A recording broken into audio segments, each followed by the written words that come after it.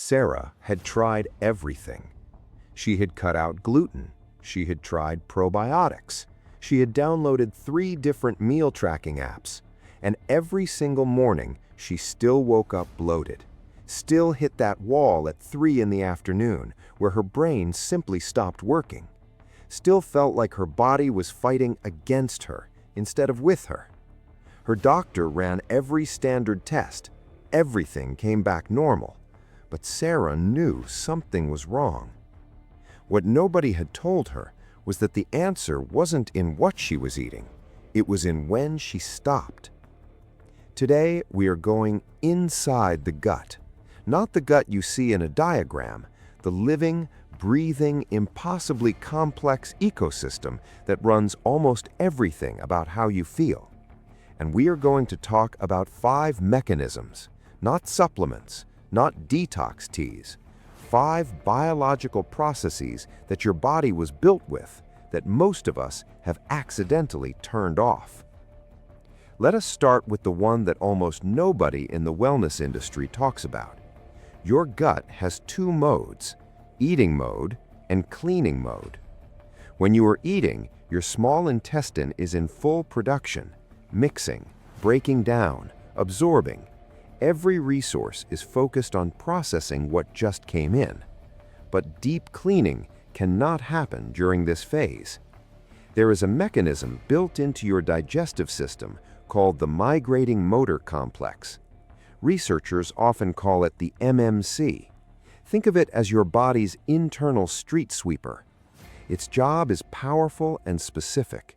It sends a wave of muscular contraction sweeping through your small intestine, pushing undigested debris, dead bacteria, and cellular waste down into the colon where it belongs.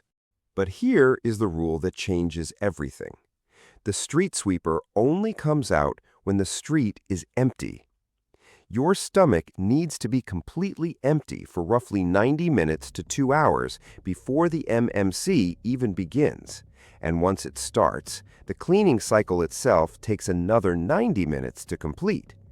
If you eat anything during this window, even a handful of almonds, even a so-called healthy snack, the moment calories enter your stomach, the cleaning cycle stops immediately.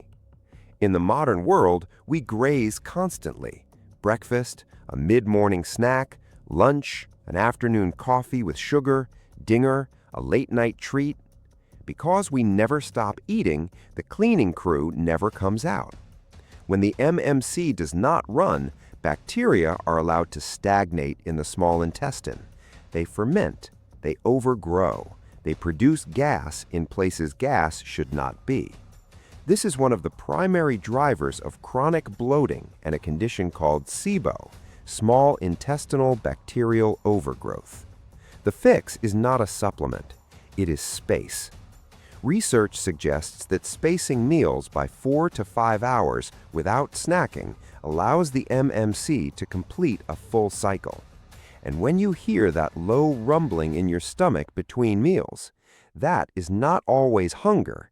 That is the sound of the street sweeper doing its job. Now that we understand the system needs time to clean, we have to look at who actually lives inside it. You are hosting approximately 38 trillion bacteria right now, more bacterial cells than human cells in your entire body. For a long time, we thought of bacteria as the enemy, something to be eliminated, sanitized, killed. Now we understand they are more like the soil in a garden. If the soil is barren, nothing grows. If the soil is rich and diverse, everything thrives. The mistake most people make when trying to fix their gut is reaching for a generic probiotic capsule. This is often ineffective because you are throwing a few seeds onto concrete. If the environment is not right, they simply will not take hold. The most effective way to enrich this environment is through diversity. There was a landmark study where researchers swapped the diets of 2 groups. One group was eating a traditional rural diet, very high in plant fiber. The other was eating a modern Western diet. Within just 2 weeks of switching, the group eating the high-fiber diet showed a significant reduction in inflammation markers. Why? Because fiber is the fuel that good bacteria eat. When you consume plant fibers, they pass into the colon where your bacteria ferment them. This fermentation process produces compounds called short-chain fatty acids. These compounds actively lower inflammation, strengthen the gut lining, and support immune function. But here is the detail that most people miss. Different bacteria eat different things. Some species prefer the fiber in onions. Others need the fiber in walnuts. Others thrive on the fiber in raspberries. The American Gut Project, one of the largest citizen science studies ever conducted, found that the single strongest predictor of a healthy microbiome was not any specific food. It was the number of different plant species consumed per week. The sweet spot they identified was 30 different plants per week. This includes herbs, spices, nuts, seeds, fruits, vegetables. It's about the width of your diet, not just the volume. If you eat a large bowl of broccoli every single day, you are feeding only the broccoli-eating bacteria. But if you eat a smaller amount of broccoli plus carrots, pumpkin seeds, cilantro, and black beans, you are feeding an entire ecosystem. Diversity crowds out the weeds. We have talked about when to stop eating and what to eat. Now we need to talk about something that almost nobody considers: the timing of the gut. Your digestive system is not a factory that runs at the same speed 24 hours a day. Clinical research shows that your body processes food significantly better earlier in the day. Your insulin sensitivity and digestive enzymes are at their peak in the morning and afternoon. They drop off considerably after dark. Think of it like a factory with 2 shifts. The day shift is fully staffed, equipped, ready to process anything you send down. The night shift is a skeleton crew. When you eat a heavy meal at 9 in the evening, you are sending a full workload to a crew that has already gone home. The food sits longer, blood sugar stays elevated for extended periods, the body stores more rather than burns, and inflammation rises. There is also a fascinating connection between your gut bacteria and your sleep. Certain bacteria help produce the chemicals that regulate your sleep cycles, including serotonin, which most people do not realize is primarily produced in the gut, not the brain. When you eat late at night, you disrupt the rhythm of these bacteria, which disrupts your sleep, which increases sugar cravings the next day, which disrupts the bacteria again. It's a cycle that feeds itself. The research-backed approach here is called time-restricted eating. This is not starvation. This is not extreme fasting. It is simply aligning your eating window with your body's active phase.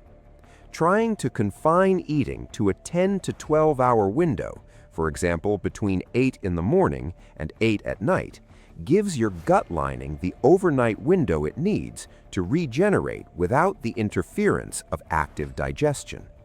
It signals to the body, time to repair, not time to process.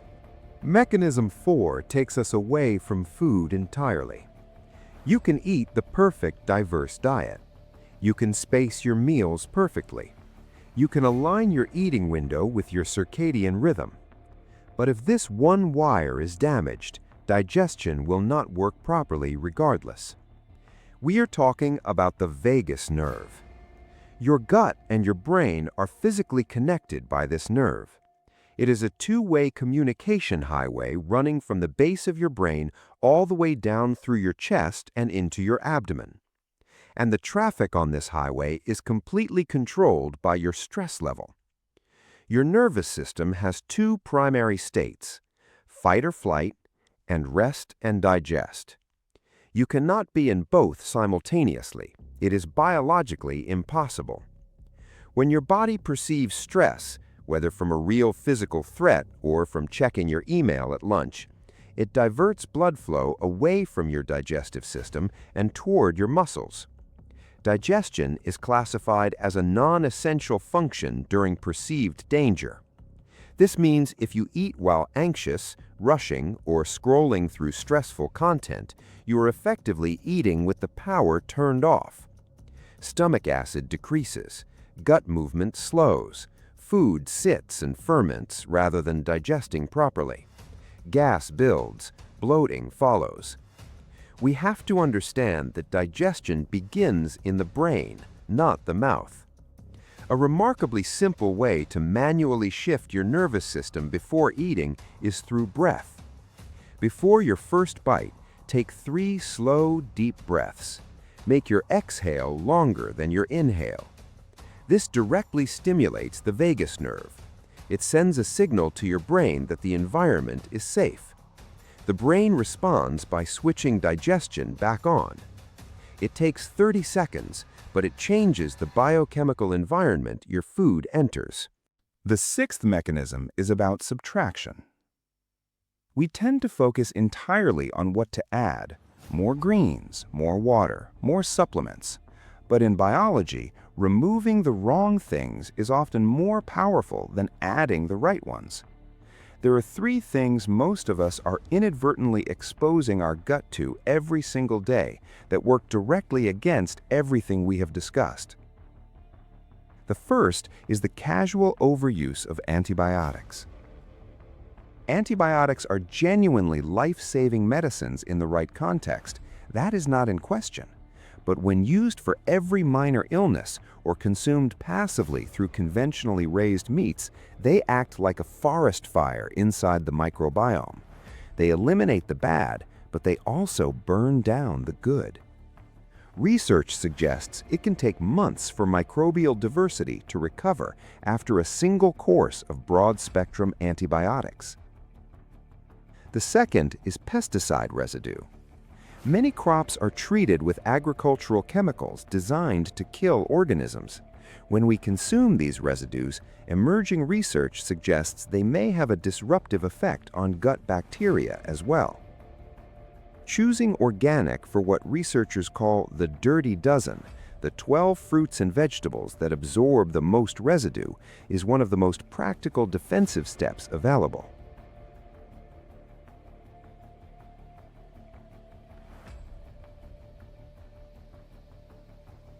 The third is chlorinated tap water. Chlorine is added to public water to kill harmful bacteria in pipes. That is genuinely important for public health. But consuming it throughout the day means introducing a mild antimicrobial agent into your system constantly.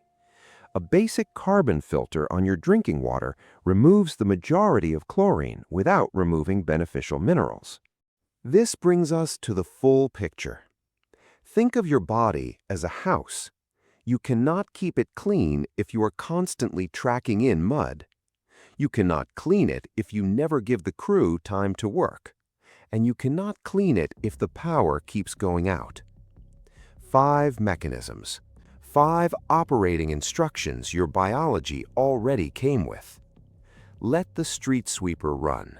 Space your meals 4 to 5 hours apart without snacking. Feed the garden.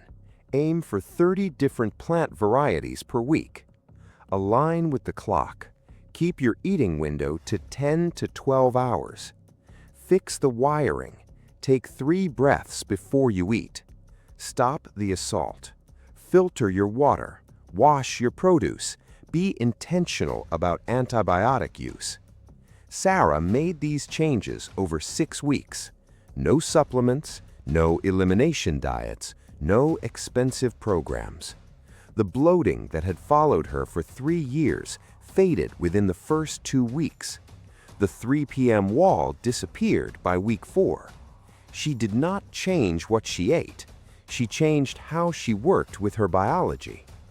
The gut is remarkably forgiving. The lining replaces itself every few days. The microbiome begins shifting within 48 hours of dietary change. Most people wait for the bloating to become unbearable. They wait for the fatigue to become chronic. They wait for a diagnosis. But the quiet daily decisions are where the real power lives. The decision to wait that extra hour before eating, to choose variety over convenience, to take 3 slow breaths before lunch. These are not dramatic changes. They compound, and the body, given the right conditions, knows exactly how to heal itself.